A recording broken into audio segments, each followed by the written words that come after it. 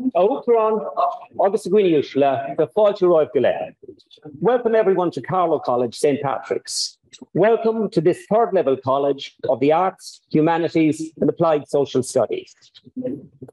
Those of you filling out your CAO applications in the next few days before the 1st of February deadline should know that Carlow College is one of Ireland's oldest third level colleges, and we are situated in the very centre of Carlow town. My name is Thomas McGrath, and on behalf of the college, it is my pleasure to introduce today's public lecture, which is being given on English drama with a particular reference to the Leaving Certificate curriculum. Our lecturer today is Dr. James Heaney, one of the lecturers in English literature in this college. Dr. Heaney lectures here in Carlow College on the BA Honours in English and History, and in English on the BA and BA Honours in Arts and Humanities. We are delighted that so many of you have joined us here in this hall from our local Carlow schools and online today for this live-streamed lecture. Dr. Heaney will speak for about 45 minutes, allowing 15 minutes for questions. The title of his lecture is Stars Hide Your Fires, Sources of Evil in Shakespeare's Macbeth. Without further ado, please welcome Dr. Heaney. Can you hear me down the back? Well, thanks very much, Dr. McGrath. And as Dr. McGrath said, you're all very welcome, both those of you in college here and those of you online. Am I a little bit too far to the left there, nearly? I'm okay. Grant. So I'm going to talk to you a little bit about sources of evil in Shakespeare's wonderful play, Macbeth, or to give it its full title as it appeared in the first folio after Shakespeare's death, The Tragedy of Macbeth. And why wouldn't we? This play is, after all, dripping with evil, is it not?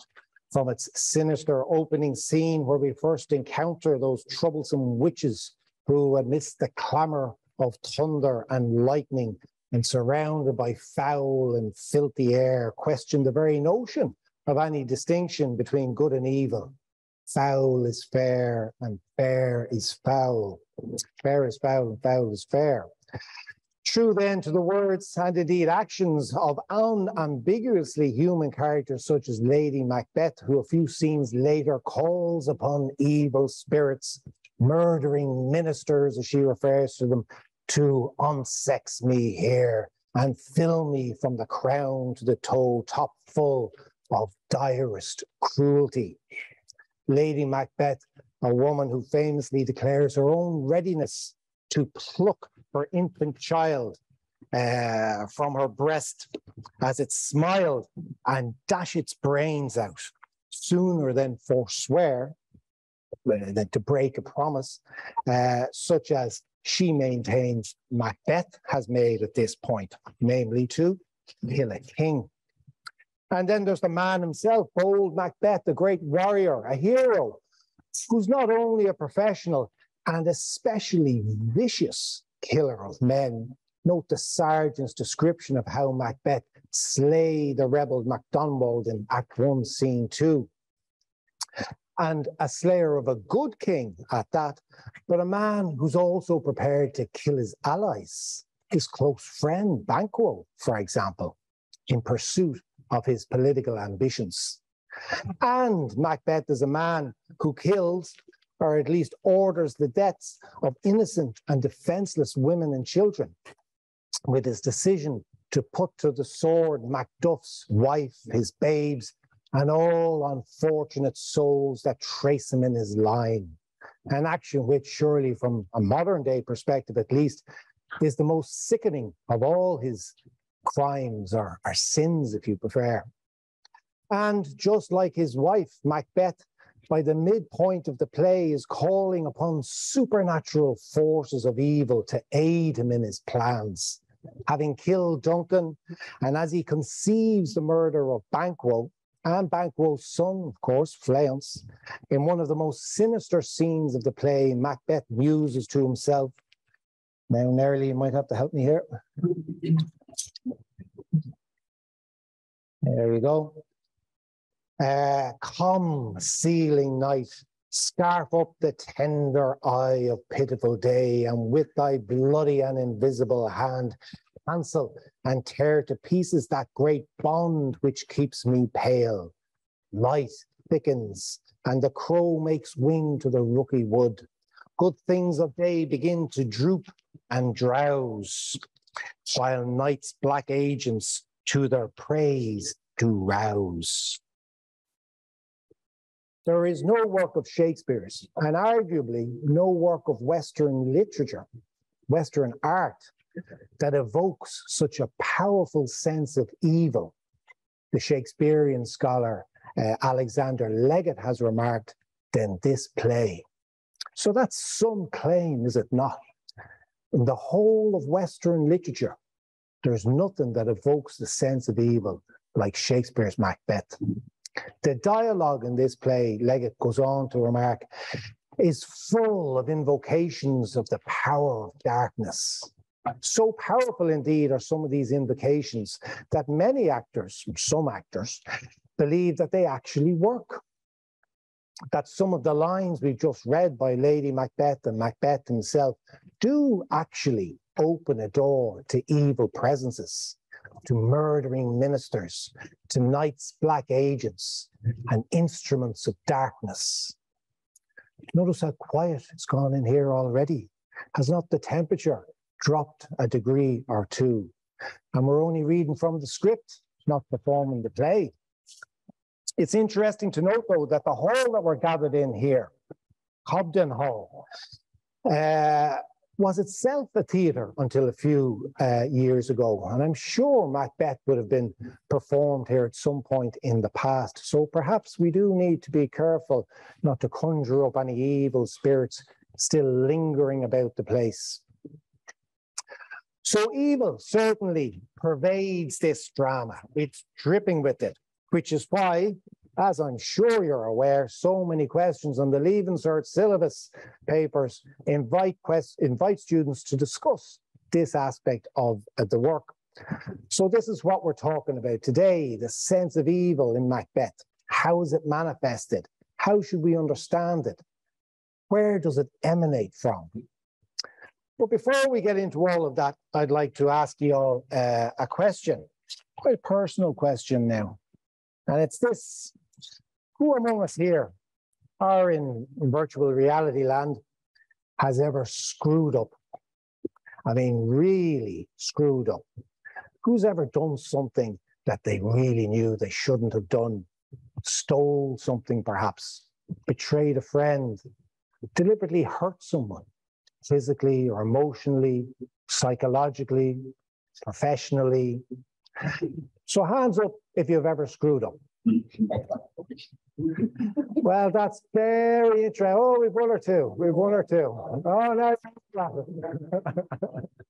Any of virtual. Right. Well, we'll do a closer survey later on. Right. But there aren't too many of you. At least you're very reticent, which is very interesting in itself. You're obviously an exceptionally morally upright bunch of people, and we wouldn't expect anything less. But that tells us two things, doesn't it? Firstly, that in not screwing up, many of you have led very boring lives. So Shakespeare is no use for you whatsoever, because you can't make interesting drama, especially interesting tragic drama, out of saints. And secondly, we've learned that there's a fair amount of liars in this room, because everybody screws up at some point in their lives. But the fact that you didn't own up to it is itself interesting and relevant to our analysis of this topic, because, of course, as the hands started to come up a little bit slowly, each of you were thinking about stuff you'd done in the past that you weren't exactly proud of. Or maybe it wasn't something you did. Yes, maybe it's something that you're thinking of doing in the future when the moment's right, when you're on your anonymous Twitter account, or you find yourself alone finally with your best friend's girlfriend or boyfriend, while your best mate is out making the tea, and you feel, now's me chance to confess my undying love. Oh, I can see I've hit a few, okay. Sure, who would want to stick their hand up and admit that kind of thing? Sure, I might never do it anyway. You're probably thinking to yourself, which is, of course, another lie. But you've thought about it. This is the point. You didn't say it out loud, but it was there in your head. And if we had those bubbles that you used to have in the comics that I used to read when I was a kid back in ancient history, where you see that little bubble thought coming out of the character's head, then they would have something interesting to talk about. So we'll come back to this idea of thinking about, but not talking about, or openly confessing our actions, our desires in a little bit.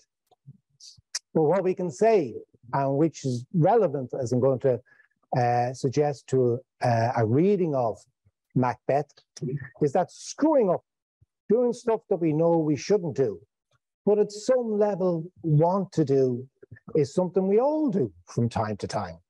Back in the good old, bad old days, before the world, or at least the world of academia, became so obsessed with the notion of relativism, with the idea that we're all creatures of our historical circumstance, whose understandings of right and wrong and good and evil are determined by the specific kind of place and culture in which we grow up. We used to refer to this as part of the human condition. We academics would say to each other over coffee on a Monday morning, "You screwed up over the weekend, did you?" Well, don't worry about it. That's part of the human condition, that is. You'll not get over it. Indeed, we might even point to a character like Macbeth in Shakespeare's play and say, look, you're in good company. He messed up, and he's a hero, albeit a tragic one. Because this is what the play Macbeth is largely about, isn't it? The drama is all about Macbeth. More than the tragedy of Hamlet is about Hamlet, or King Lear is about Lear, or Othello even about Othello. The tragedy of Macbeth is all about the man from Inverness, or Dingwall, a few miles north of Inverness, if you believe the historians who say that that's where the historical Macbeth was born. And what is it that enthralls us, the audience, about this character? It is, I suggest, the way in which Shakespeare has him engage with evil, the way he and his wife, Lady Macbeth, seem to welcome it knowingly into their lives, even though they know, at least Macbeth knows, I'm going to suggest, that to welcome evil into your life, to plan evil, is not just wrong morally, it comes with a price. Macbeth hears Banquo's warning to this effect early in the play, in Act 1, Scene 3, doesn't he? After the first of the witch's prophecies has come true, and the Scottish nobleman Ross has informed him that King Duncan is making him, what does he make him, anyone? Thane of Hodor. As the witches had promised, Banquo remarks to Macbeth, he says, oftentimes to win us to our harm, the instruments of darkness tell us truths. And then in Act 1, Scene 7, after Duncan has arrived in Macbeth's own castle at Inverness, but before Macbeth has fully resolved to kill him, in one of the most important soliloquies of the play, we hear Macbeth give himself several good reasons as to why he should not kill the reigning King of Scotland. One of which is that even though he might succeed in the act of killing Duncan, that is, that won't necessarily mean success. How do I do this, Nerly?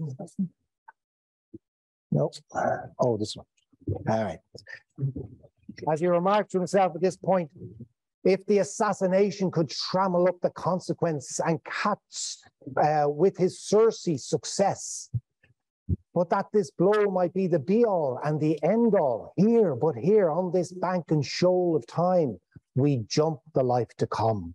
But in these cases, we still have judgment here, that we but teach bloody instructions, which, being taught, return to plague the inventor.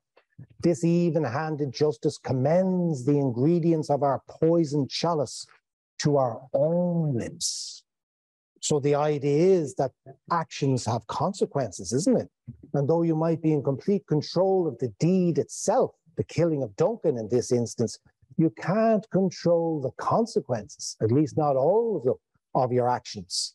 In this way, an evil action, though it might succeed in the moment on its own terms, can prove a poisoned chalice. So Macbeth knows it's wrong to kill Duncan. He's not a fool. He's a villain, or he becomes one. And he understands the moral significance of what he plans to do at this point. But he also understands that there's no justification for what he plans to do. Duncan is a good, Macbeth refers to him as a meek and virtuous king. And Macbeth reminds himself at this point in the play, scene 7 from Act 1, that Duncan is in effect stopping the weekend in his gaff and his castle in Inverness. So not only is the deed evil in its intent, it's evil in its method. As Duncan's host, Macbeth tells himself he should, against the murderer, shut the door, not bear the knife myself. So he's thinking, I should be guarding Duncan against intruders who want to harm him. But instead, I'm contemplating killing him myself. And not on a battlefield where Macbeth could make some sort of claim to honourable action, but in his bed as he sleeps. I mean, the cowardly way that Macbeth kills Duncan is almost as treacherous and evil as the king killing itself. So Macbeth knows all this, that the deed is evil, that he has no justification for doing it. His only rationale is his. Why does he think? What does he think his rationale is for doing this himself? It's his vaulting ambition. Again, I have no spur, he tells himself, to prick the sides of my intent, but only vaulting ambition, which o'erleaps itself and falls on the other side. So that's a really interesting metaphor, is it not? In terms of our analysis here, it's interesting because it shows us, or at least suggests to us, that at some level, Macbeth knows that his plan isn't going to work. The image of the rider in this metaphor trying to vault his horse doesn't just suggest that the would-be rider is too ambitious, although it does suggest that. That's just one half of the metaphor. He wants to vault too high. But the second half of the metaphor is that he falls on his bum, doesn't he? He overshoots the mark. He fails. This is the consequence of his action. So if Macbeth can be likened to this over-ambitious horseman, which is surely what Macbeth is suggesting to himself at this point, then at least at some level, we can suggest that he knows it's all going to end in tears, that he's going to mess up. So then why does he go ahead with it if he's, if he understands this before he does the deed? Well, this is one of the ways in which the whole idea of evil becomes relevant to the play, is it not? Macbeth, we must remember, is a good guy at the start of the play in terms of the culture of medieval Scotland and the world in which the play was being first performed, early 17th century England. Everyone in the play thinks that Macbeth is a good guy at the start. The sergeant who provides us with our first description of Macbeth calls him brave. And Duncan, on hearing how fantastically or horrifically, depending on your perspective, he puts down the rebellion against Duncan's own rule, he refers to him as my valiant cousin, worthy gentleman. He's a gentleman, this guy. A hero. So not even a tragic hero at this point, a military hero. So what happens to make him turn bad, to turn to evil? Now, there is, of course, more than one answer to this question. But the first and perhaps most obvious one is the aforementioned witches, who are, we could say, the physical embodiment of evil. They're responsible for our hero's fall from grace many audiences and scholars of the play believe. The other frequently cited cause of the play of Macbeth's moral corruption, particularly in traditional criticism of this play, is, anybody? His wife, Lady Macbeth. As we've already noted in Act 1, on first hearing the witch's prophecies, Lady Macbeth explicitly and very memorably calls upon supernatural forces to come to her aid. Why does she want supernatural forces to come to her aid? She's not going to kill Duncan. Because she wants them to help her cajole him effectively, cajole her too full of the milk of human kindness husband to do the deed that she thinks needs to be done. Too full of the milk of human kindness. He's a professional killer, this man, who seems to take excessive pleasure in his work. But anyhow, she is responsible, many audiences and critics have argued, for bringing down this good man. She bullies him into it, we'd say today. Art thou afeard to be the same in thine own act and valour as thou art in desire? She taunts him in Act 1, Scene 7. Are you the kind of person, she's suggesting, who's afraid to act on their thoughts and desires, as we were saying earlier? Are you an apple licker in the Garden of Eden? And her verbal harangues work, don't they? By the end of her tirade in Scene 7, Macbeth has decided to go through with the murder of Duncan. His only reservation at the end of this scene is the really pathetic response for somebody who's supposed to be a heroic warrior. He says to her, if we should fail, that's all he's worried about at the end of her harangue. To which Lady Macbeth caustically responds, screw your courage to the sticking place and we'll not fail. So the women, unsurprisingly, are responsible for the downfall of this great man, Macbeth, according to this reading. The witches and/or Macbeth's own wife, take your pick. But there's problems with this kind of interpretation, however, although they have some validity, certainly. Firstly, the witches, they don't actually propose to Macbeth that he do anything, do they? Good or evil. They certainly don't suggest to him that he should kill King Duncan. All they tell him is, thou shalt be king hereafter.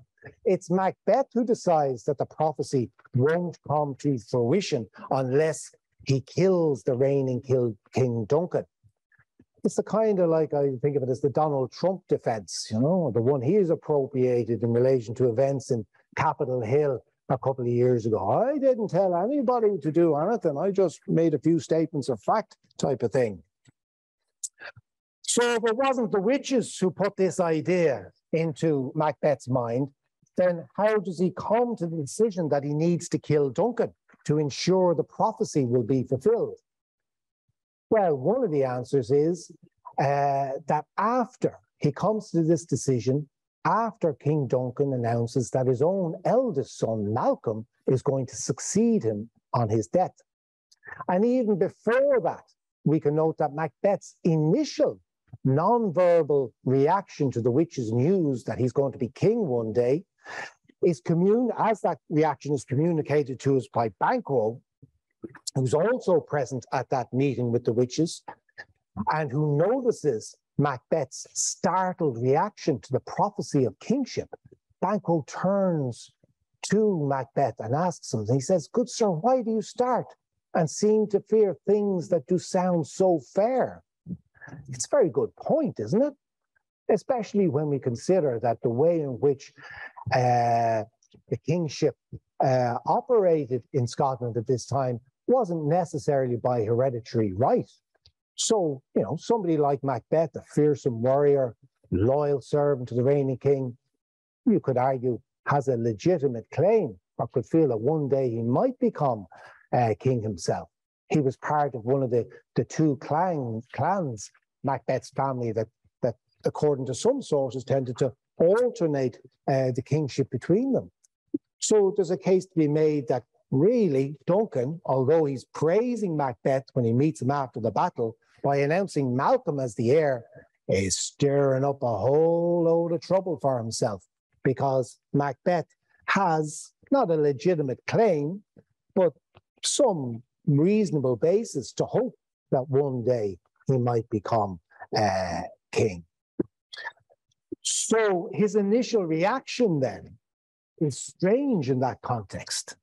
As Banquo says, he seems to fear what he hears from the witches. Why so? Nothing to fear. It's all pleasant tidings. It's good news, isn't it? So what should we or could we read from that reaction?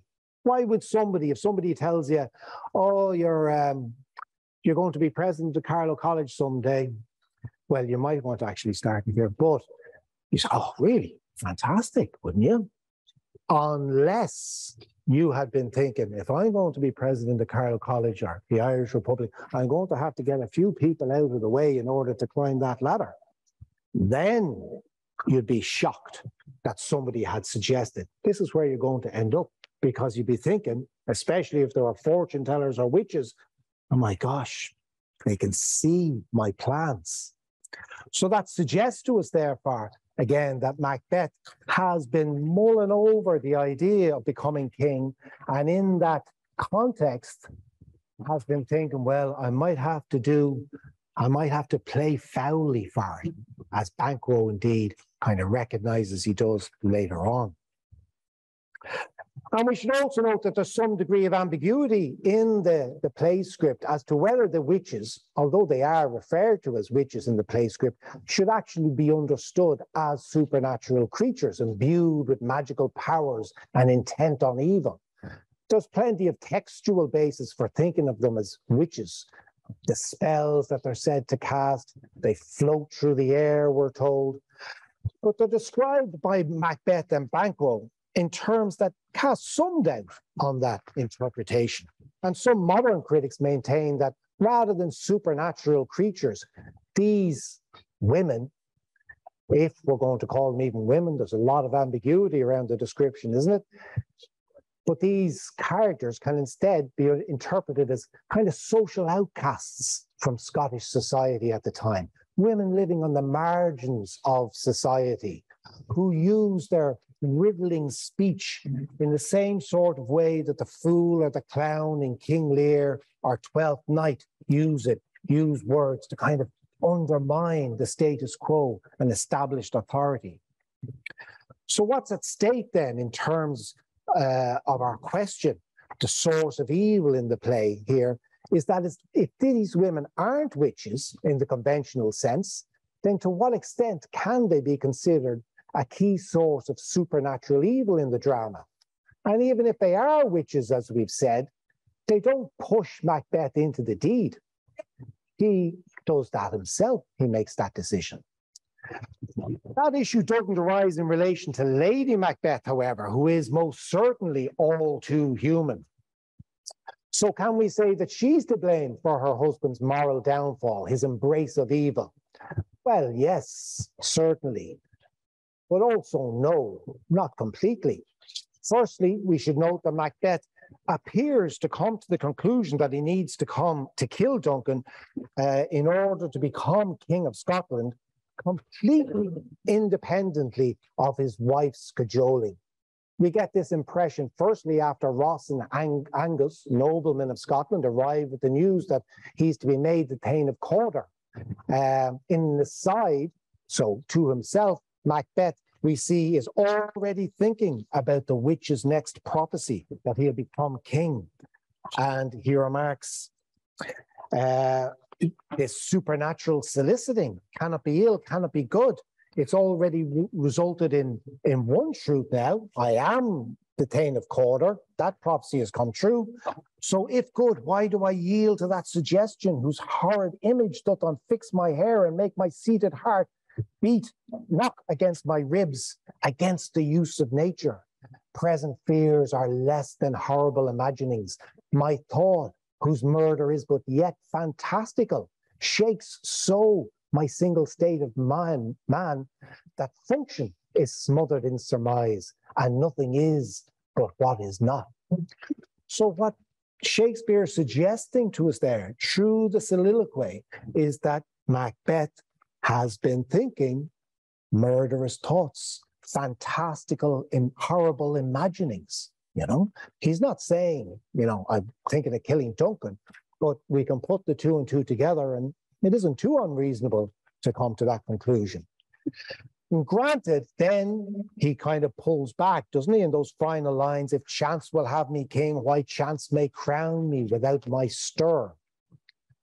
But a bit like you, when you're in the living room and your best mate's in the kitchen making the tea, the thought of treachery is present. The evil seed is already there. And then in the very next scene, when Duncan makes official his announcement that Malcolm will succeed him, what is Macbeth's response to that? He says, that is a step on which I must fall down or else o'erleap, for in my way it lies. Stars, hide your fires. Let not light see my dark, black, and deep desires. So Macbeth is already in possession of his evil plan before he arrives home to his wife. He changes his mind about the killing, as we've noted, by the time he gets home to Inverness. Or more particularly, he doesn't change his mind. He starts to doubt it. The wisdom and the morality of that idea, as we saw in the earlier quote. He starts to equivocate, that is to say, which is a key concept in the play and a word which recurs at several crucial moments in the drama. So this equivocation, which amounts to a kind of talking to himself or thinking to himself in some of the film version, is of course made apparent to us through the soliloquies. It impacts then on our understanding of Lady Macbeth's role in pushing him towards the killing of Duncan in the following sense. I mean, have you ever really wanted to do something, not something evil necessarily, but something that unnerves you, Apply for a promotion at work, ask a girl or boy out on a date, put in an application to go on The Voice, whatever it might be, and you've tried to talk yourself into it. You've picked up the mobile a dozen times to call him or her, but you can't do it. So what do you do then? You call your friend or your mum or your wife in the full knowledge that they'll practically force you into going for that promotion or asking that person out. And I think Lady Macbeth's and Macbeth's relationship kind of speaks to that sort of situation. Their relationship is one of the most poignant and attractive and modern features of the drama. They have a fantastic marriage. They're fantastically close and have a very egalitarian relationship. He isn't her master and nor she his. They're in love with each other. It strikes me as almost a kind of a prototype of the relationship that Jane Eyre develops with Rochester in Charlotte Bronte's great mid-19th century novel entitled Jane Eyre. We talk, Jane Eyre writes towards the end of that novel, about her relationship with Rochester. I believe all day long to talk to each other is but a more animated form of audible thinking. It's made pretty clear, I think, in Shakespeare's play that Macbeth and his wife have that kind of relationship. What's the first thing almost that Macbeth does when he hears the witch's prophecies? He writes home to his wife.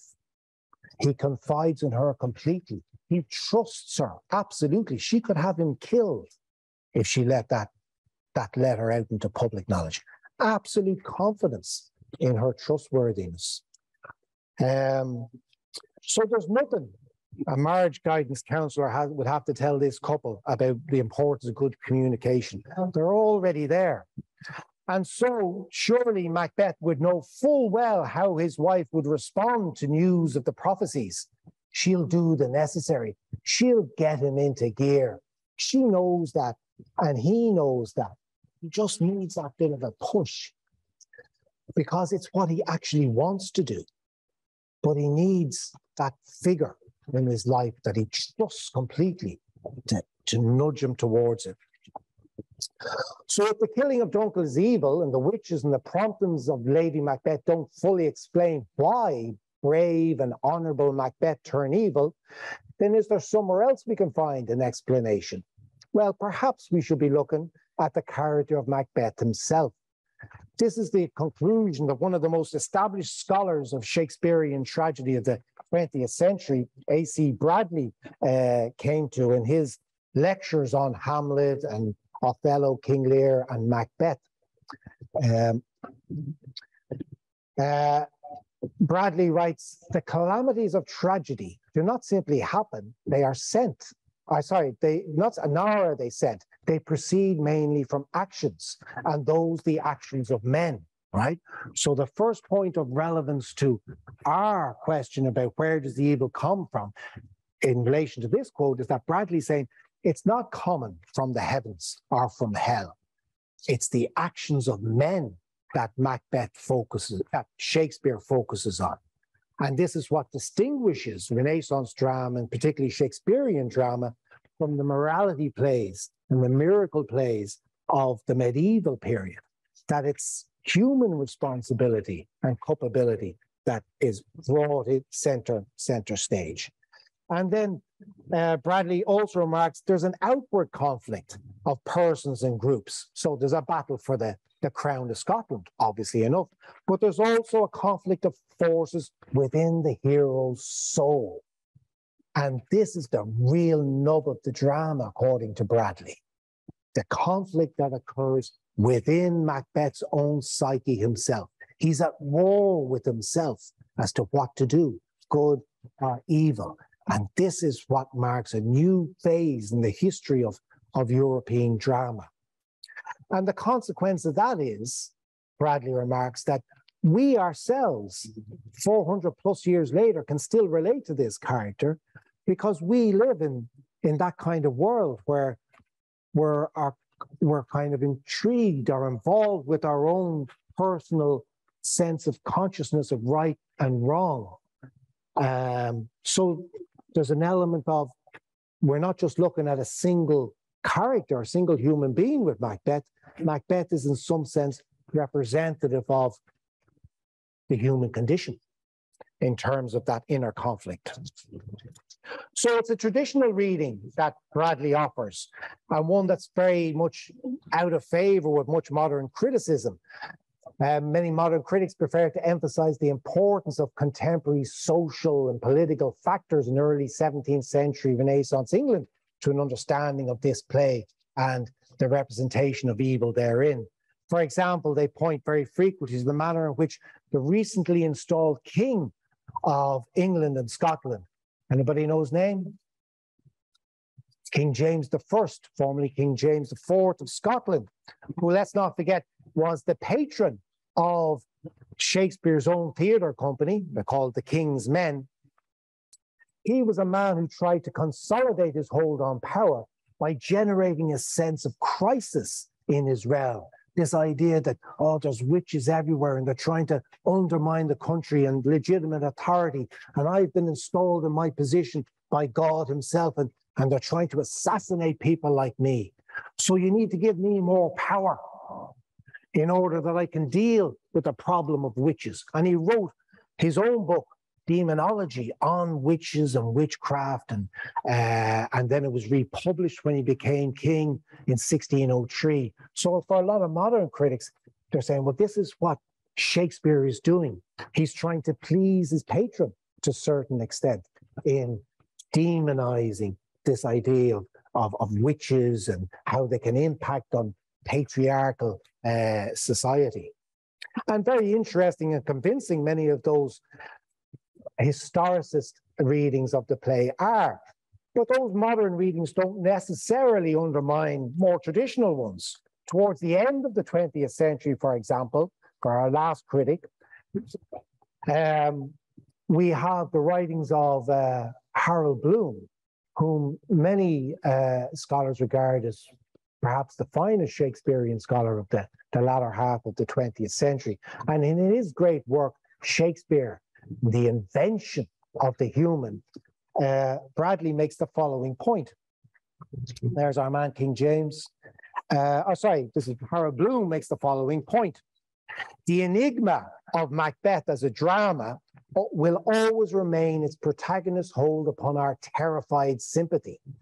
That's a very oxymoronic phrase, isn't it? Terrified sympathy.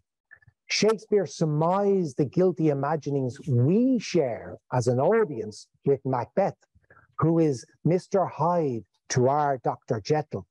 Virtuous as we may be or may not, we fear that Macbeth, our Mr. Hyde, has the power to release our own potential for active evil. Poor Jekyll eventually turns into Mr. Hyde, and I cannot get back.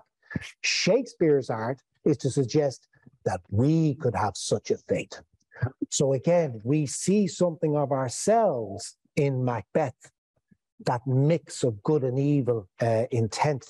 The little Macbeth within each theatre goer can be tempted to surmise a murder or two of his or her own. So this, for Bloom, is the attraction of the play.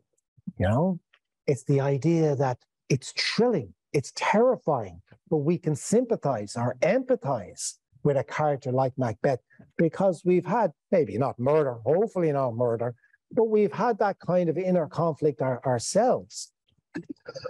So this explains, relatedly, why the play continues to interest audiences today, apart from the fact that it's on the Leaving Cert curriculum. This is probably Shakespeare's most frequently produced play, and film versions abound of it. The most recent one there, has anybody seen it? But the tragedy of Macbeth with, what's the name of the actor again in the lead role? Or Michael Fassbender's playing Macbeth a couple of years ago in 2015. Why is that? Why are modern audiences so interested in this play? To extrapolate from Bloom's assessment, he says, if it was about witches, it wouldn't interest it that much because we don't believe in witches in the same way, arguably, in early 17th century they did, right? So that has no real appeal for us. Which is why in many modern productions, you see the witches try to represent it as kind of as a kind of psychological reality rather than actually physical witches. But what Bloom is suggesting is that the evil isn't coming from the witches. Now, that's not what we're interested in. It's the evil within the human character of Macbeth that is still relevant to our sense of our own identity. And that has ensured the continuing relevance of the drama. So it's the portrayal of human character in the person of Macbeth that terrifies us because he is his own, in a sense, source of evil. So just to finish then on this point and return to the kind of idea that we were kind of raising at the start in terms of, you know, our own sense of the good and evil within ourselves, Bloom, in his introduction, makes the following point, right? He writes that literary character before Shakespeare is relatively unchanging. Women and men are represented as aging and dying, but not as changing because the relationship to themselves has changed, rather than to the gods or God has changed. In Shakespeare, characters develop rather than unfold. And they develop because they reconceive themselves. They reimagine who they are. This is the journey, the arc that Macbeth undergoes. Sometimes this happens because they overhear themselves talking, whether to themselves or to others. Self-overhearing is their royal road to individuation. So Bloom is making this astoundingly huge claim for Shakespeare's work at this point. He's saying our modern notion of what it means to be an individual dates to this kind of period, to the Renaissance period, to philosophers like Descartes with his, cogito ergo sum, I think, therefore I am. And everybody's capable of thought and self-reflection, not just kings. So we're all kind of, equal in that sense. And he says what Shakespeare does is present us with characters who, through their thoughts, they're talking, overhearing themselves, manage to reimagine who they actually are.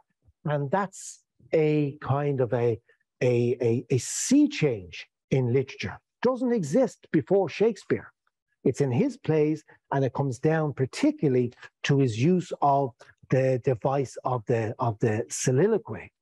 So what Bloom is claiming, the clues in the title to his book, Shakespeare and the Invention of the Human, he's making a claim that Shakespeare actually kind of, such as his influence on Western civilization, Shakespeare is responsible for our modern sense of what it means to be a human individual. It's astounding, but it's actually, you could argue, an Irishman, an Irish dramatist, Oscar Wilde, who kind of preceded him in that kind of idea. Oscar Wilde, in some of his writings, I can't remember the exact essay, wrote that the world is sad because a puppet was once melancholy. You know? So he was thinking about Hamlet, rather than Macbeth and Hamlet's famous procrastination.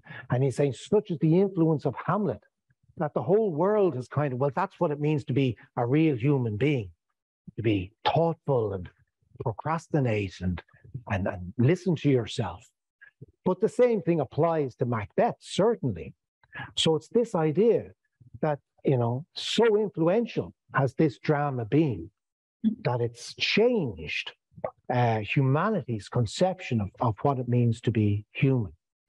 And in terms of our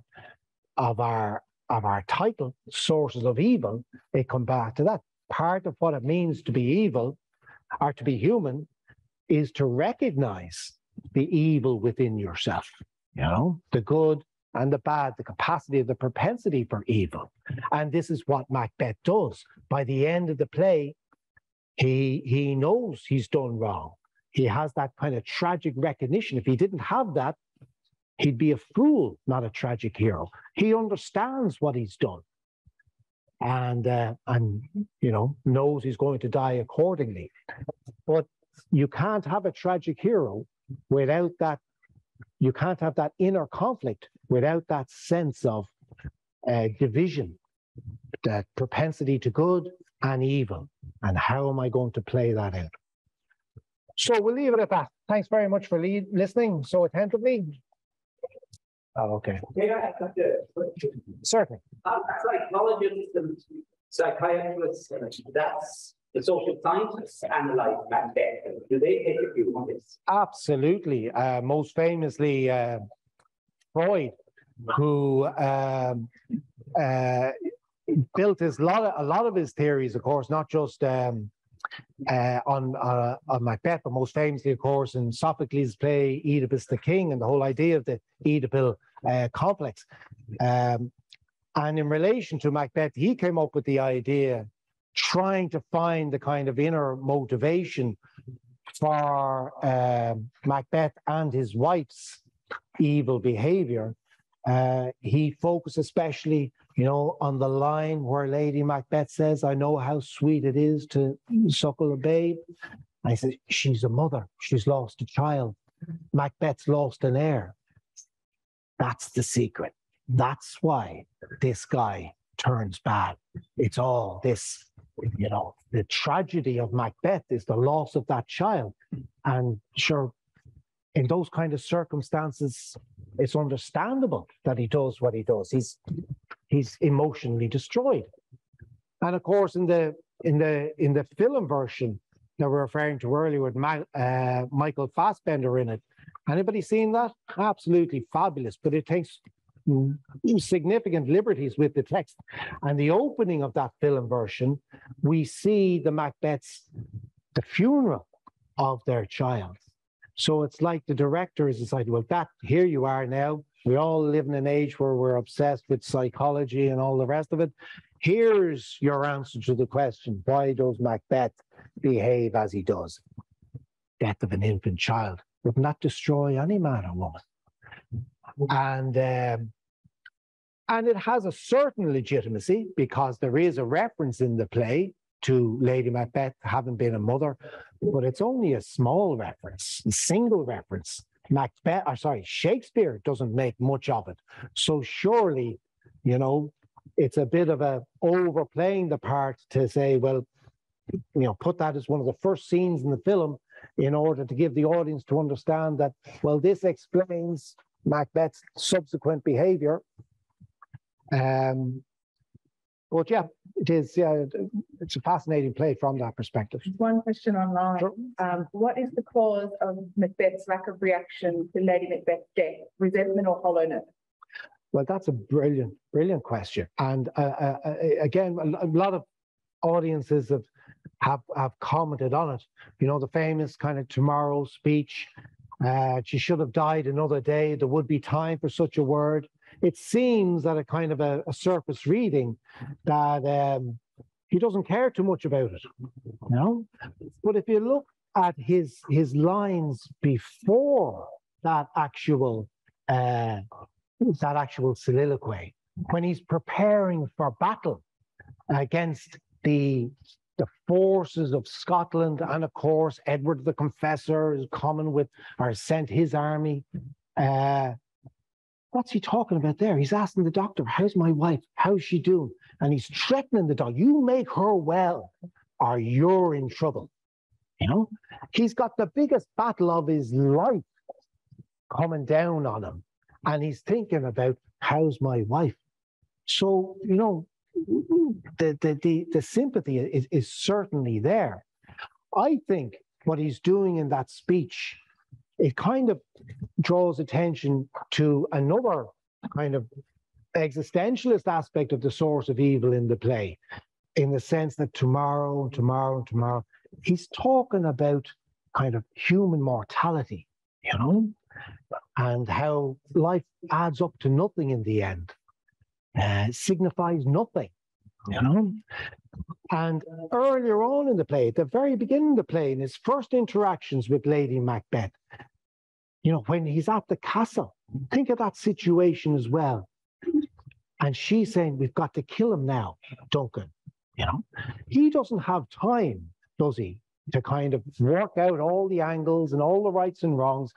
You got to do it now, or the moment's gone, the opportunity's last. You know, we're all familiar with that situation. If I had another year to prepare a lecture, I'd go, oh God, it'd be the greatest lecture ever given. You don't. You're on tomorrow at this time. Do your best. That's what Macbeth is faced with. This guy's staying the night. He's gone in the morning. Are you going to do it?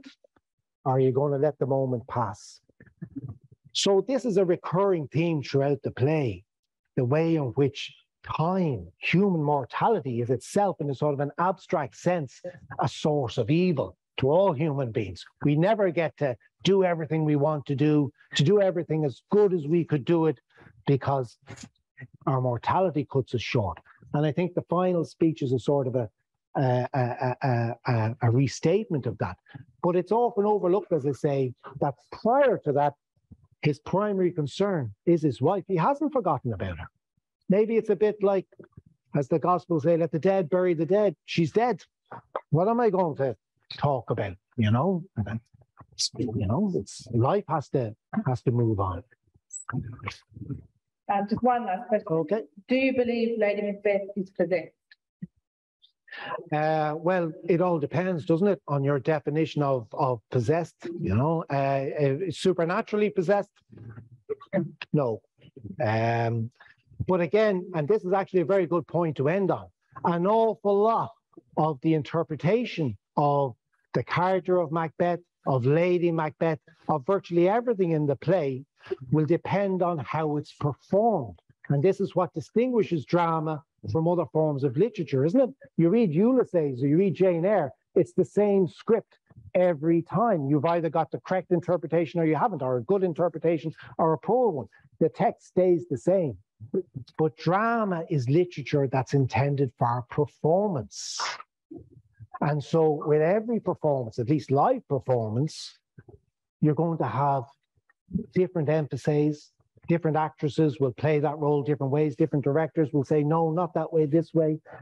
And if you trace that through productions that you've looked at, it's one of the things that makes theatre such an exciting art form, you know, the potential for or renewing the script that even, you know, genius like Shakespeare wrote in the moment of performance.